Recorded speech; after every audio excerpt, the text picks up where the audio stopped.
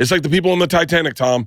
They said women and children first, and the men just died with dignity. They got dressed up and they died. Do you think our generation, do you think the generation right now, like let's look at Zolo.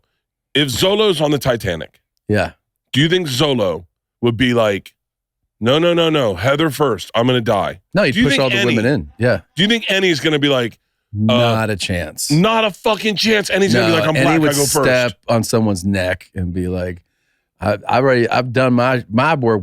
We've suffered enough. You know, he'd do one of those, and he would throw a rock at a window and be like, "Get me in." Yeah, no, he'd be like, here we go again. No, he would definitely like,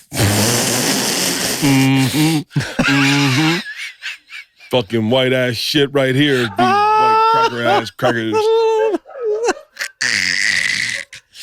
Oh, he's like, Annie, how do you think Annie would react if a white guy that looked like Halston was like, so sorry, women and children first? Wait, so what was the question? How do you think Annie would react if a white guy that looked like Halston? Oh, right? Yeah, it was like really white. Halston's the whitest that you can get. Yeah. And not physically intimidating. What would Annie say? What would Annie, if Halston went, whoa. Hey, the first thing he would say is a word we're not allowed to say, and then he would go, fuck out of the way, and then he would just jump on that life raft. Yeah, for sure. It's crazy. I'm watching they're I don't know, for whatever reason, the Titanic, I guess the Titanic must have sunk right around now in real life, I don't know. Really? But it's Titanic showing up everywhere on my feed. Okay. Everywhere.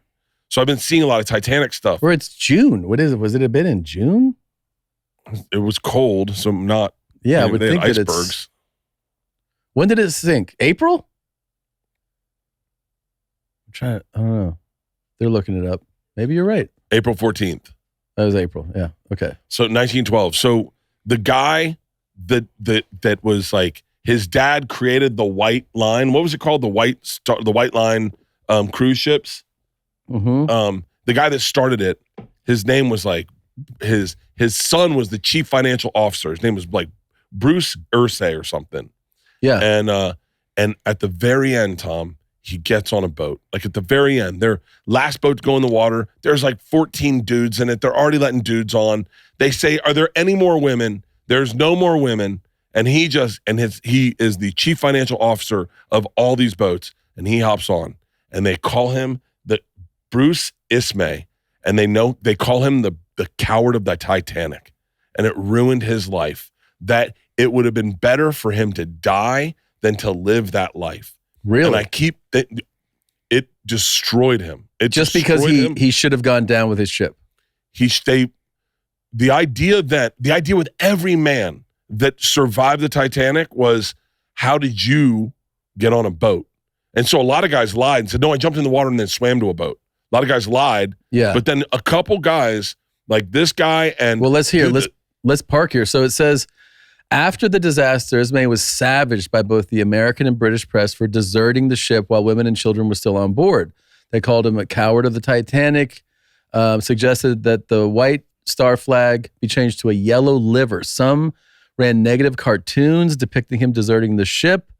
Some maintained Ismay followed the women and children principle first, having assisted many women and children himself. His actions were defended in the official British inquiry, which found Mr. Ismay, after rendering assistance to many passengers, found sea collapse, the last boat on the starboard side actually being lowered. No other people were there at that time.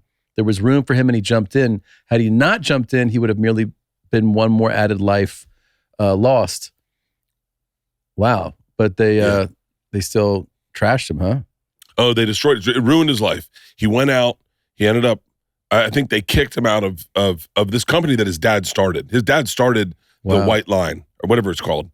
And they kicked him out. He ended up donating a lot of money and being a good guy. He ended up moving to like some farm in Ireland and fishing the rest of his life. He died from diabetes. But my point is, it raises a question of like, is life worth living if you're looked at in shame for the rest of those years you get to live? That's a good question, actually. That's like a really deep philosophical question. I mean, I'm sure, especially in that time, to have been him was probably brutal from 1914 to 1937 when he died. That's a long time to get trashed, right? Yeah. But it's almost like, I don't know how much How much did he enjoy the rest of his life?